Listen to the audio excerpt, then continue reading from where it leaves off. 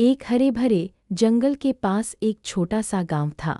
उस गांव में एक मेहनती गधा रहता था जिसका नाम धोलू था। धोलू बहुत मेहनत करता था। वह रोज किसानों का सामान ढोता और लंबी लंबी दूरियां तय करता।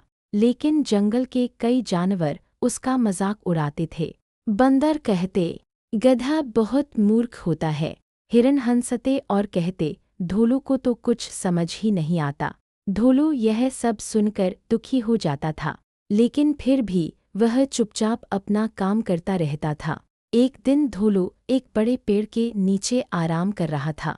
तभी ऊपर से एक मीठी आवाज आई, नमस्ते दोस्त। धोलू ने ऊपर देखा तो एक छोटी सुंदर चिड़िया बैठी थी। उसका नाम मीना था। मीना बहुत समझदार और दयालु थी। उसने पूछा, तुम हमेशा इतने उदास क्यों रहते हो? धोलू ने धीरे से कहा, सब लोग मुझे मूर्ख कहते हैं क्योंकि मैं गधा हूँ। मीना मुस्कुराई और बोली, मेहनती और दयालु होना मूर्खता नहीं है, यह बहुत बड़ी बात है।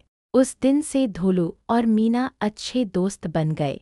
मीना अक्सर धोलू की पीठ पर बैठकर उसके साथ जंगल में घूमती थी। एक दिन दोपहर को धोलू जंगल के रास्ते से जा रहा था। अचानक मीना ने धीरे से कहा, धोलू सावधान रहो, झाड़ियों के पीछे एक शेर छिपा है। उस शेर का नाम रुद्र था। वह जंगल का सबसे खतरनाक शिकारी था। रुद्र कई देर से धोलू को देख रहा था। उसने सोचा, आज तो मुझे आसान शिकार मिल गया। शेर धीरे धीरे बाहर आया और जोर से दहाड़ा। धोलू डर से कांपने लगा। कृपया मुझे मत खाओ, ए धोलू बोला। शेर हंसते हुए बोला, मैं जंगल का राजा हूँ, मैं जो चाहूँ कर सकता हूँ। मीना ने तुरंत एक योजना सोची। वह उड़कर शेर के पास गई और बोली, महाराज, आप इस गधे को नहीं खा सकते। शेर गरजकर बोला, क्यों? मीना बोली, क्योंकि यह गधा पहाड़ों के महान दैत्य का है। वह दैत्य इससे जादुई पत्थर ढुलवाता है। शेर थोड़ा घबरा गया। दैत्य उसने पूछा।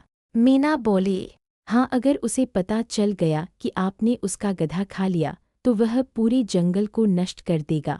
शेर थोड़ा डर गया, लेकिन फिर भी बोला, मैं किसी दैत्य से नहीं डरता। मीना बोली, अगर आपको यकीन नहीं है तो हमारे साथ नदी तक चलिए। दैत्य अक्सर वहाँ दिखाई देता है। शेर उनके साथ नदी तक चला गया। नदी के पास पहुंचकर मीना बोली, महाराज, पानी में देखिए, दैत्य वहीं है। शेर ने पानी में झांका। उसे पानी में अपना ही प्रतिबिंब। बुद्धि और सच्ची दोस्ती से सबसे बड़ी ताकत को भी हराया जा सकता है।